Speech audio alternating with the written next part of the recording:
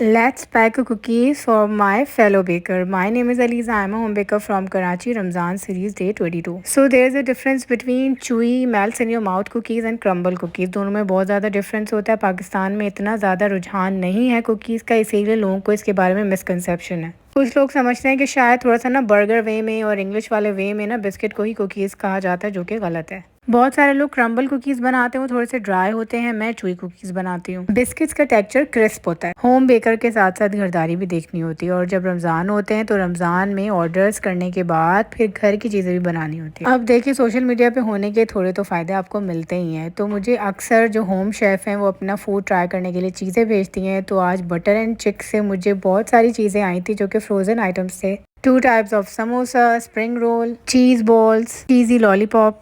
And trust में, ये जो होम शेफ्स होती है ना, इनका काम बहुत मुश्किल होता है। मैंने पहले भी एक बार कहा है कि मेरा काम इतना मुश्किल नहीं है जितना इन लोगों का काम मुश्किल है। जो काटम पीटी करनी होती है ना, आधी ताकत आधी जान तो आपकी उसी में ही निकल जाए। और मेरा ऐसा इंसान ऐसा काम तो भाई कर ही नहीं सकता, क्योंकि मुझे सबसे ज़्यादा नफरत है अनियन कट करने में। जब मैं खाना बनाने के लिए खड़ी होती हूँ ना, अल्लाह, मुझे सिर्फ ये बात कोफ्त होती है कि भाई मुझे अभी प्याज काटनी पड़ेगी और फिर शुरुआत करनी होगी खाना बनाने की। नाइल साहब की रोज़ की ड्यूटी होती है रूह अफ़ज़ा बनाने की, और यहाँ मैंने बेसन वाले दही बड़े बनाए हैं जो कि बहुत ही सॉफ्ट बनते हैं। इसकी रेसिपी आई थिंक मैं पहले शेयर कर चुकी हूँ। साथ ही जो बटर एंड चिक से चीज़ें आई थी, मैं उनको फ्राई भी कर रही थी। एंड ट्रस्ट में, इतनी अच्छी क्वांटिटी थी और साथ में हर चीज़ के अंदर इतनी भरपूर फिलिंग हुई हुई थी। मैं हमेशा कहती हूँ कि होम शेफ़ के खाने और बाहर के खानों में डिफरेंस ये होता है कि जो होम शेफ़ खाने बनाती है ना, उनके हर खाने के टेस्ट, हर जो मेन्यू में चीज़ होती है ना, वो एक दूसरे से टेस्ट में डिफरेंट होती है। Specially frozen items. अगर फ्रोज़न आइटम्स हम जो बाहर कंपनीज़ के लेते हैं, आप देखें उसमें हर एक चीज़ जो भी होगी ना, सबका टेस्ट एक जैसा होगा।